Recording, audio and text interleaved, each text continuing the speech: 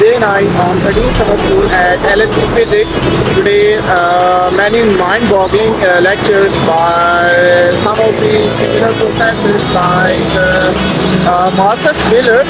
He is new, he is coming from Austria, and John Ellis from UK, and then we have a lecture of Frank Hartmann, he's from also Germany, and two new lectures from Bilal Masood and Faisal Akram. They are coming from Center of Physics, High Energy Physics from Lahore. These are today's lectures, and at the end of the lectures we have presentations too. Today's quote, I have to say that believe in your potential, even no one does it. Your persistence will create your dreams into reality. Stay tuned with me, I will update you in today's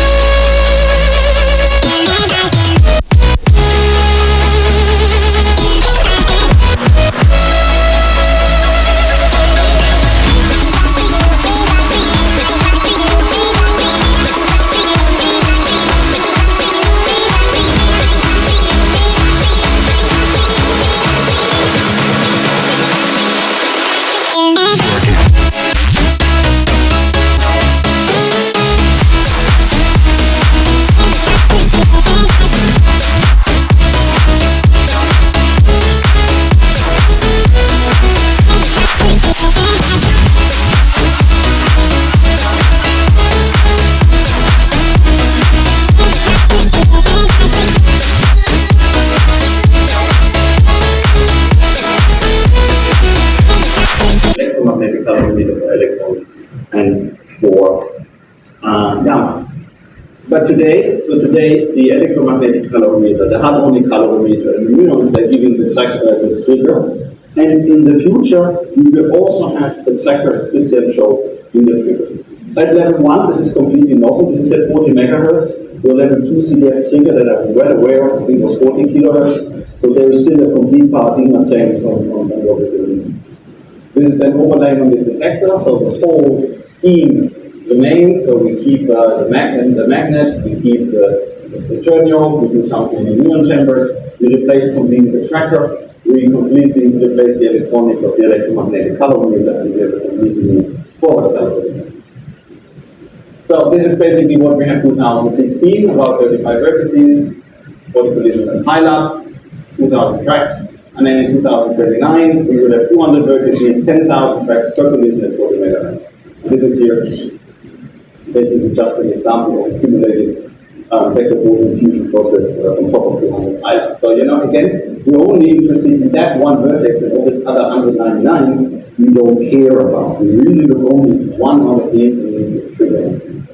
So the bottlenecks, this current detector has been wonderfully designed. It has been designed to withstand 500 inverse femtobarns for about 10 years, and we did that. And if we would have over-designed it, we would maybe go for another 2 years, but we didn't over-design it, so it will not work anymore. Radiation will completely destroy this detector, and even if we now run in some scenarios longer in 2026, for some parts of the detector, we need to replace them to be better efficient. So we need more radiation tolerant sensors. Somebody asked me yesterday why the radiation and where do we get them from, and the answer was we ourselves spent about 50 man-years, to develop these for our own. We need to increase the channel granularity, that's why we get into silicon and gems. I showed you yesterday the channel per hour of silicon, gems is similar. We increase the eta coverage, I'll come to that. This is largely for muons and for beta. And the trigger rate will go from 3.8 microseconds, which will not be long enough to either streaming or in the tracker case for 12.5 microseconds. And I don't know if you even understand exactly what latency means. Latency means that I have events, and every single event and the power is stored on the ASIC inside the detector for 12.5 microseconds.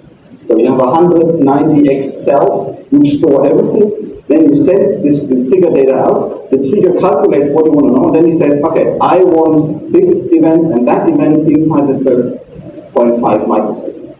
So the whole data is stored on the detector end because you cannot read it out. And the trigger says, I want this, I want this. And if the trigger is not fast enough, everything on the ASIC will be overwritten. So it's gone.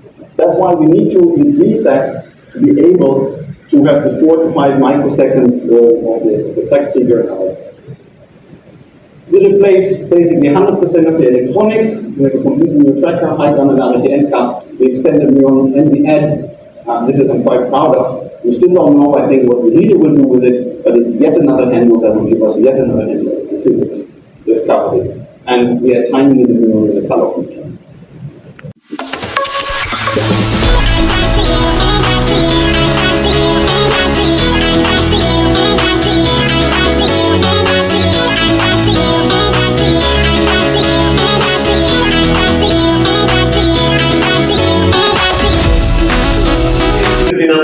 Infinite number of trials and a small probability of success, but a fixed average number of successes within our sort of time period or data taking period or whatever you have. Your data file also fine. And then we have a Poisson distribution, and both of these become Gaussian in the limit of large numbers of events.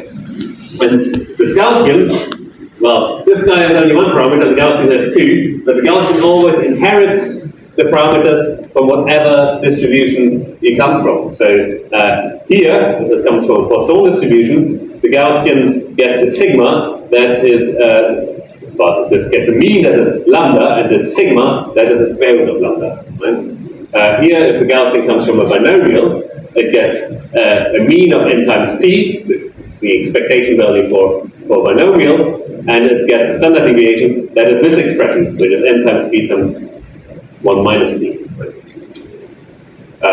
Which is very similar to this in the case of small p, but quite different in the case of larger p. So beware. All right. Any questions about this? Because then we have enough time to do the fitting, which I'm quite keen on. Quick question? We do a lot, and I believe we've already done this in computing exercises. We'll do it by hand. We'll have another look at it. I hope it will be not too repetitive. Usually I think it can be pedagogically very valuable to see things more than once. It's very difficult to understand them the first time. So I'm quite happy that these things match. But yeah, so let's go ahead. So what I want is, I have some model. This model, that's a probability distribution. We haven't, it's actually a probability density function. We'll formalize later what this means. That we haven't really looked at. That's an exponential decay time, a decay distribution. So I have lots of particles. In my case, this is often B mesons, and they are at time t0. And I look at which time they decay. And the reason this distribution falls off like this, or from this perspective like this, is that after a certain amount of time, I have fewer and fewer of these B mesons, so I find fewer and fewer that decay. But this is the distribution that you get out when your probability to expire is constant throughout time. So humans have a different distribution, fortunately. Also, our probability to expire is not constant throughout time. So the question I have, this is T is a measure parameter. How this thing I measure my data. Tau is a parameter that describes the distribution. Given that I have a data set that tells me T, what is tau? What's the best guess for tau? That's what we're trying to do. And the first approach, we're going to do this with two approaches. The first approach will be a chi-step it, the second, the unbundled likelihood thing. Looking at the clock and looking at Vajid, I think we might not get to the unbundled likelihood. Well, we'll get there tomorrow.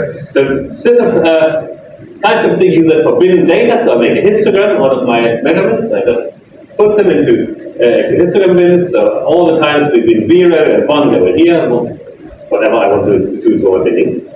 And then I want to minimize some kind of distance between my function and the data. The question now is how do I define the distance, how different the function is from the data. I want a mathematical expression that says this, that quantifies how different the function is from the data, and then I want to minimize that. I can, for every individual histogram bin, I can measure the distance between the function and my data.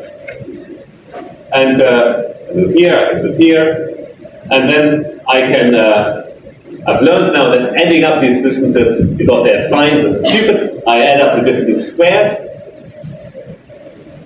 That is not so different from measuring the distance between 2 points in space, because that is delta x squared plus delta y squared plus delta z squared. That's the distance squared. So we also add these things in quadrature. So we just generalize this kind of concept and add up the distances between what I see in my histogram bins and what my function predicts should be in histogram bins. And I can do one better.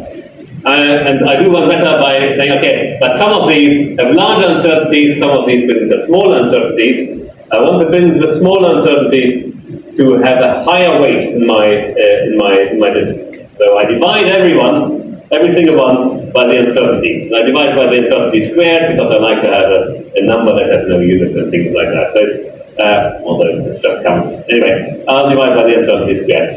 But this is actually, why this is neat.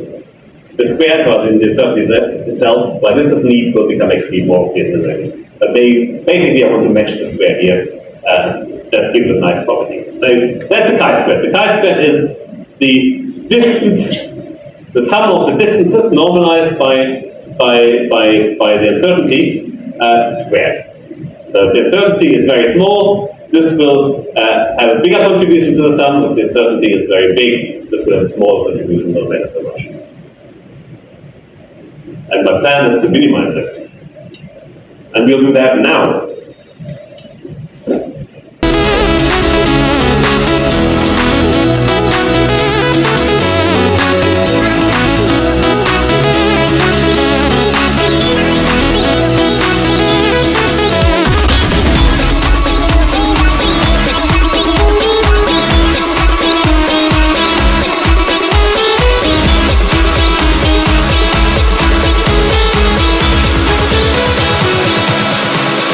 Cracky.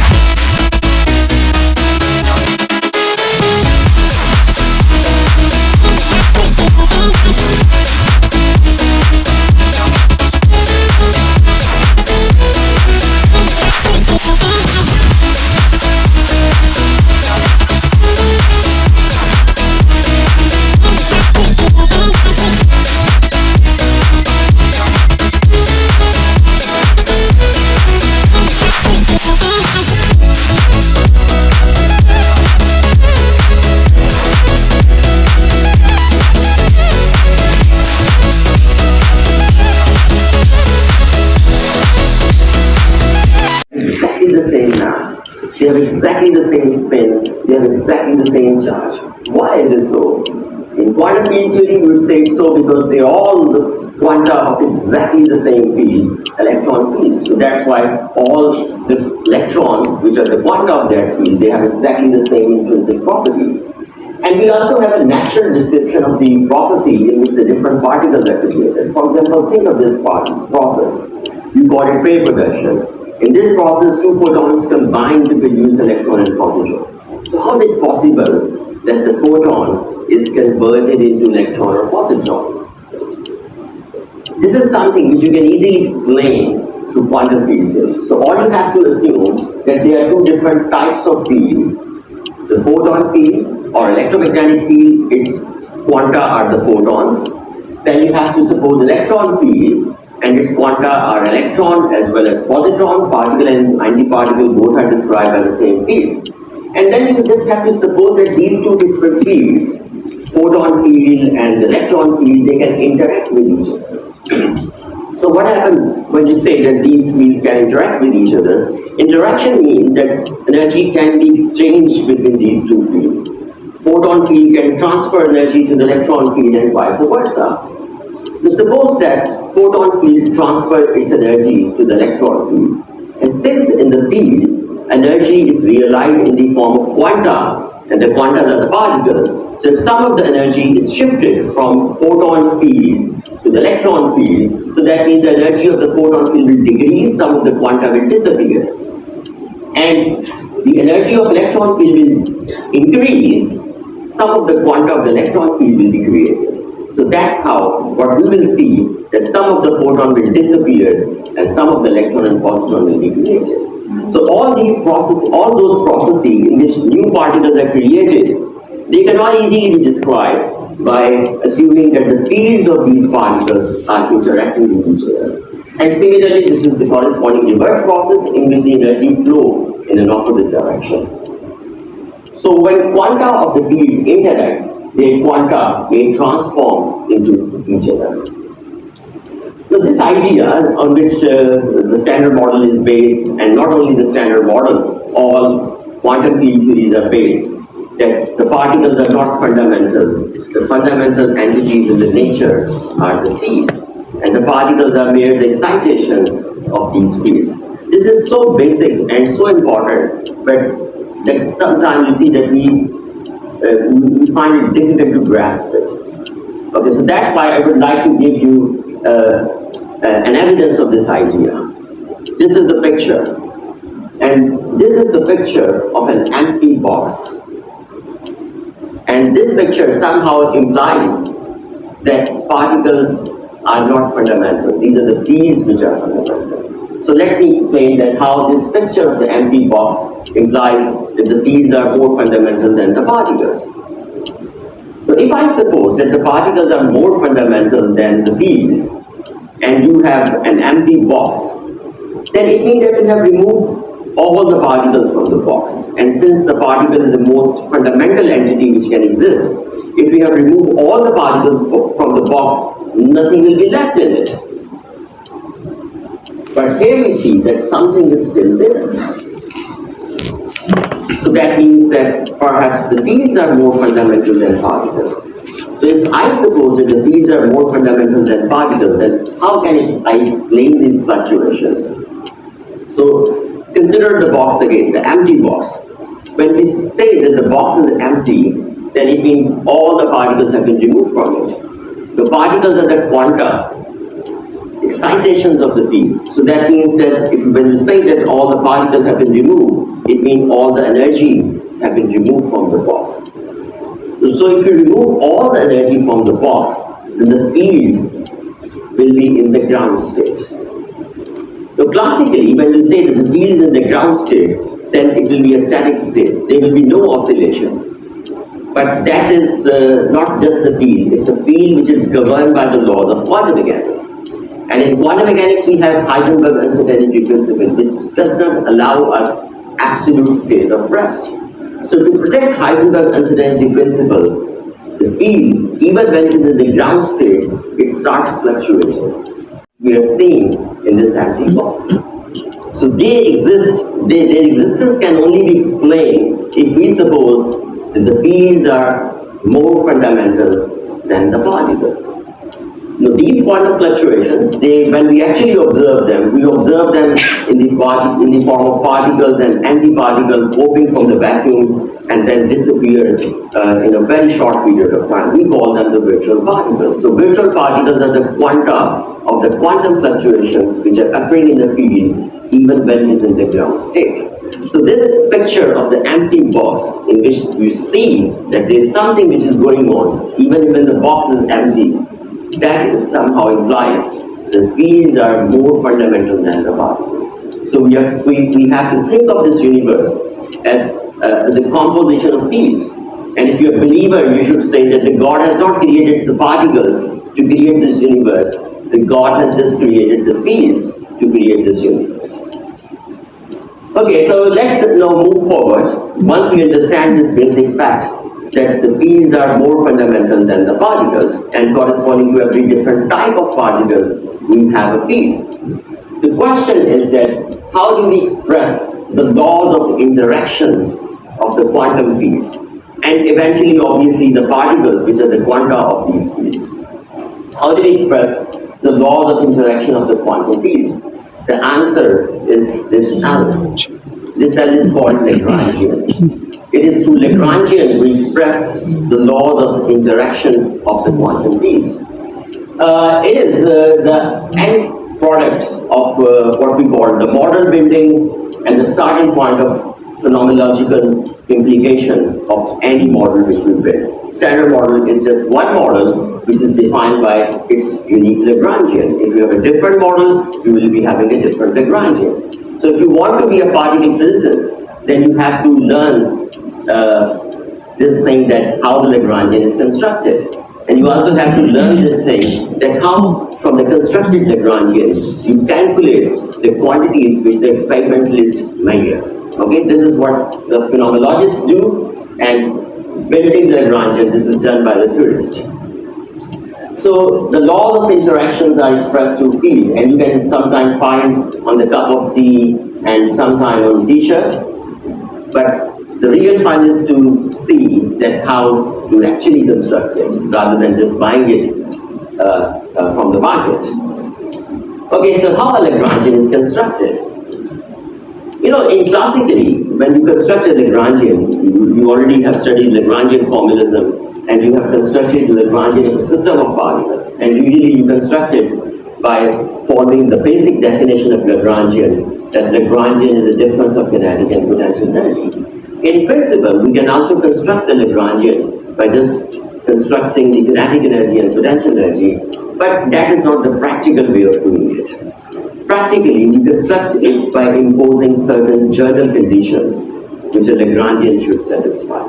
So what are the journal conditions? They actually define the rules of games, the game about constructing the Lagrangian.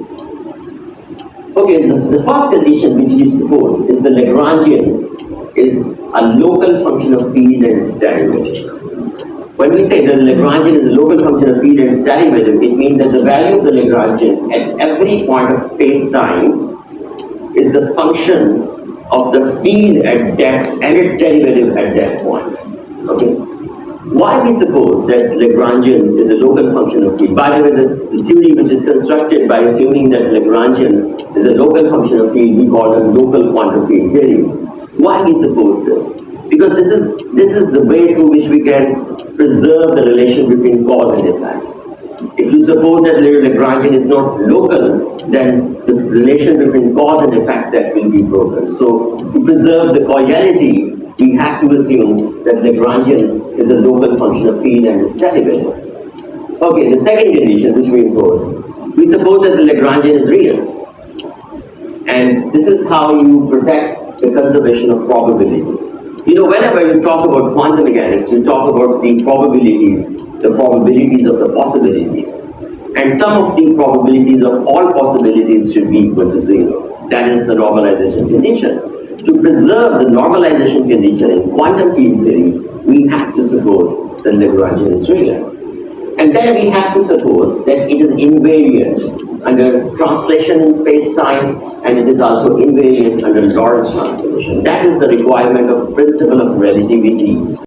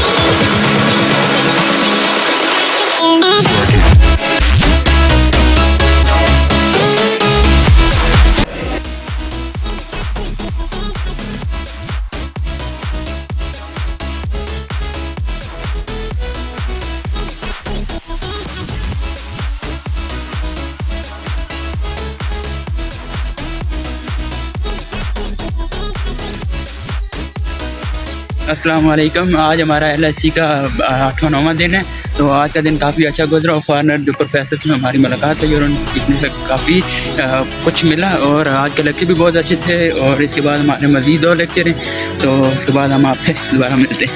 Exactly आज हमारा John Alice के साथ meetup था, उसके बाद हमारा फ्रैंकमैन headman के साथ भी। Then we have a meetup with Walmar, he is from Austria. Also we have a meetup with which person? I should say. Okay. I just forgot. So we are just wondering.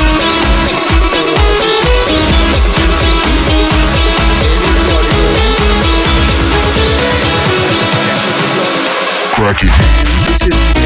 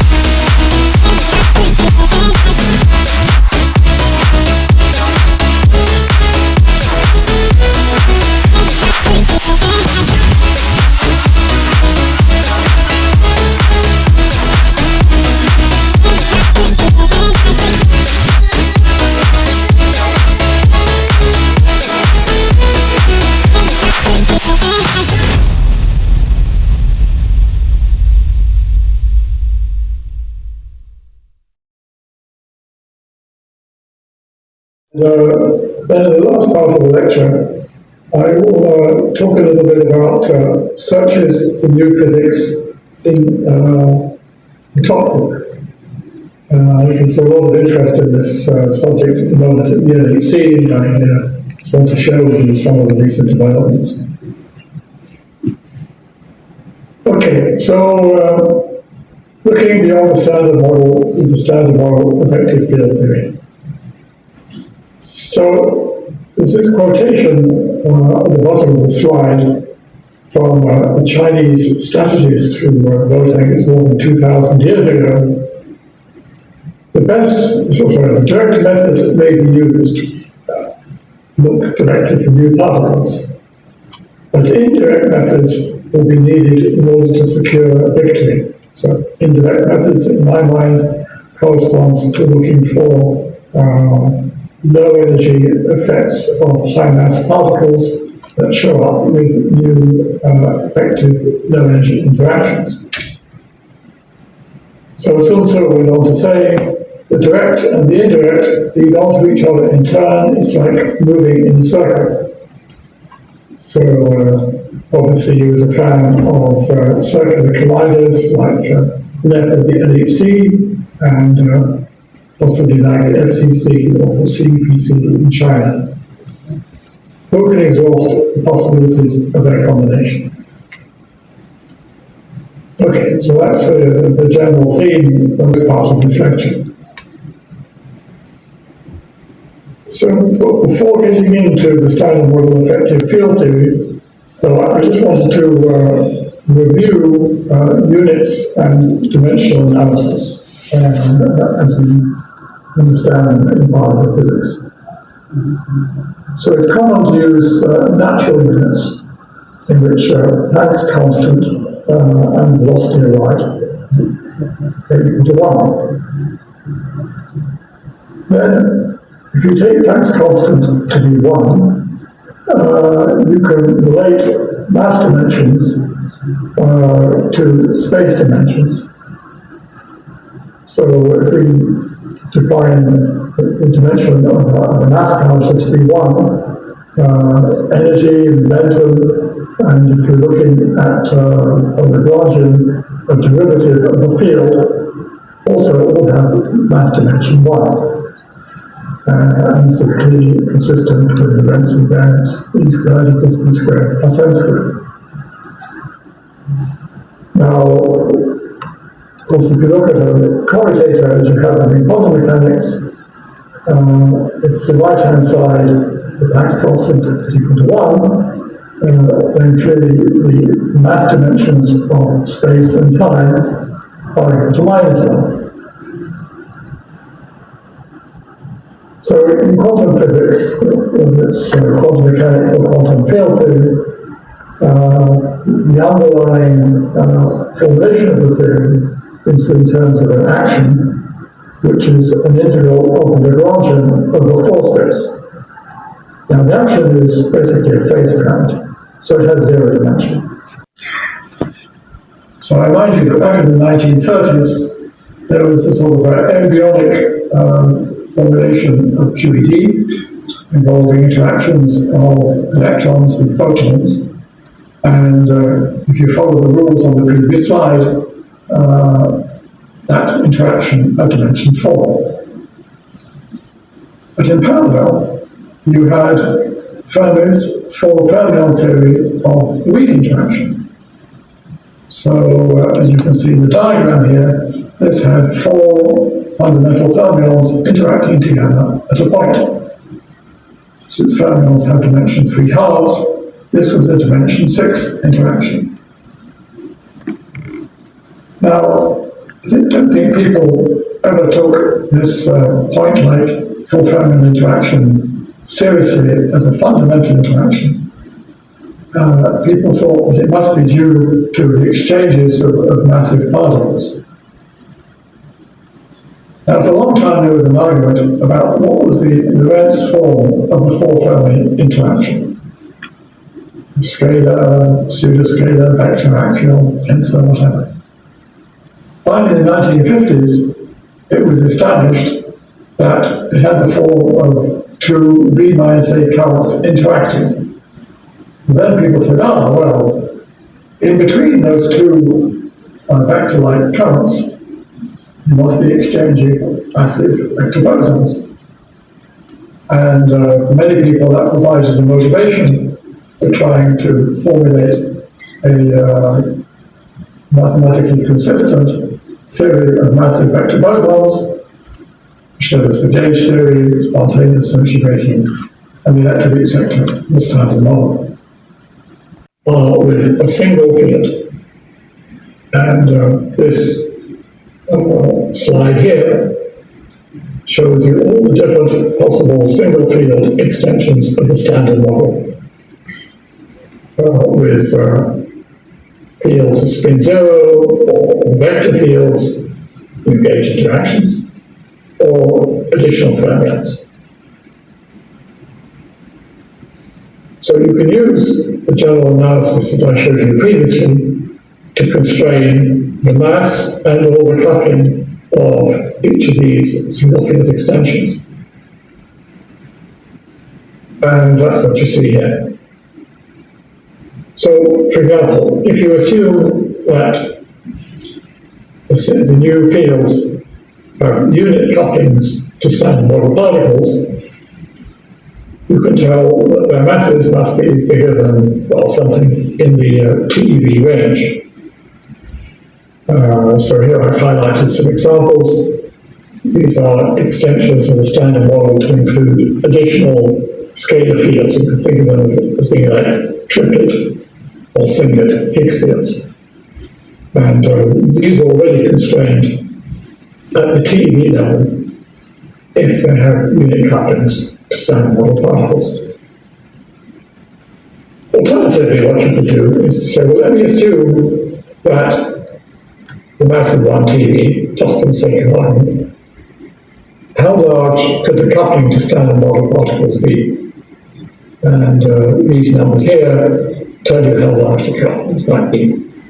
And in some cases, the constraints are really quite strong. Again, I emphasize that there's no evidence for any of these single field extensions of the standard model, and there's no significant deviation from the standard model predictions. And you can see these are the modifications which give you the largest number of sigma away from the standard model.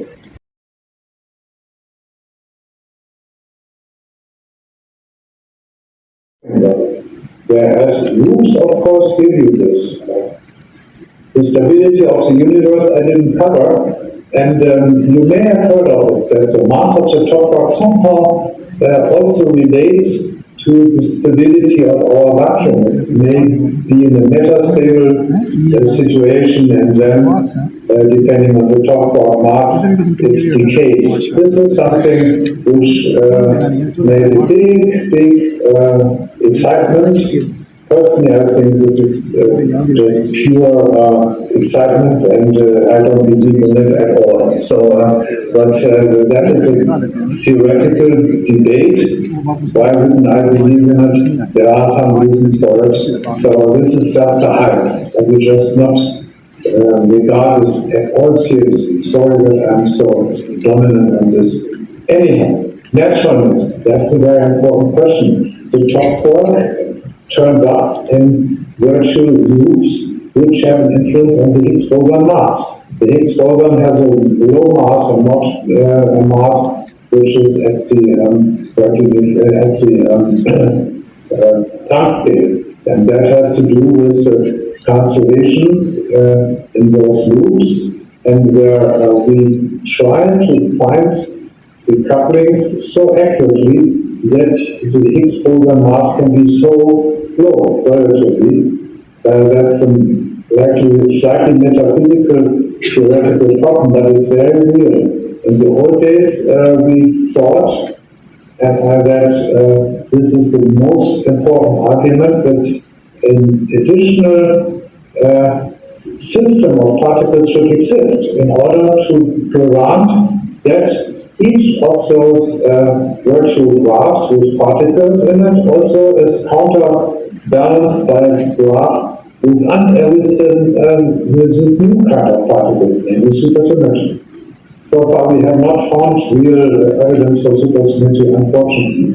And so this question is a little bit open, and we talk of fine-tuning. All the parameters are fine-tuned so the Higgs boson can be light. Theoretical question, don't ask me too much about it. Others, like John Ellis, are the ones you should ask. I heard from him that you can ask many questions. You should bombard him with questions, yeah? If you have. He likes it, we all like it, and it's his job to answer these questions, those fundamental questions.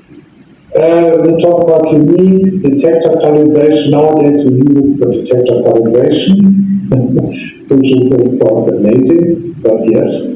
Origin of masses is related, while the Kappa couplings are proven now to be indeed the way how fermions obtain mass. CP violation baryogenesis I find a bit stretched, but you can analyze data in this direction. CP violation itself must somehow have an effect on our baryon-antibaryon asymmetry in the universe, or say particle-antiparticle asymmetry. It's not the baryons, it's the particles, it's the quarks. We have an asymmetry between quarks and antiquarks in this universe, between leptons and positons. So, this is a nice diagram from the SNOMAS conference in 21. You may look into this a little bit. You will find a few explanations to it.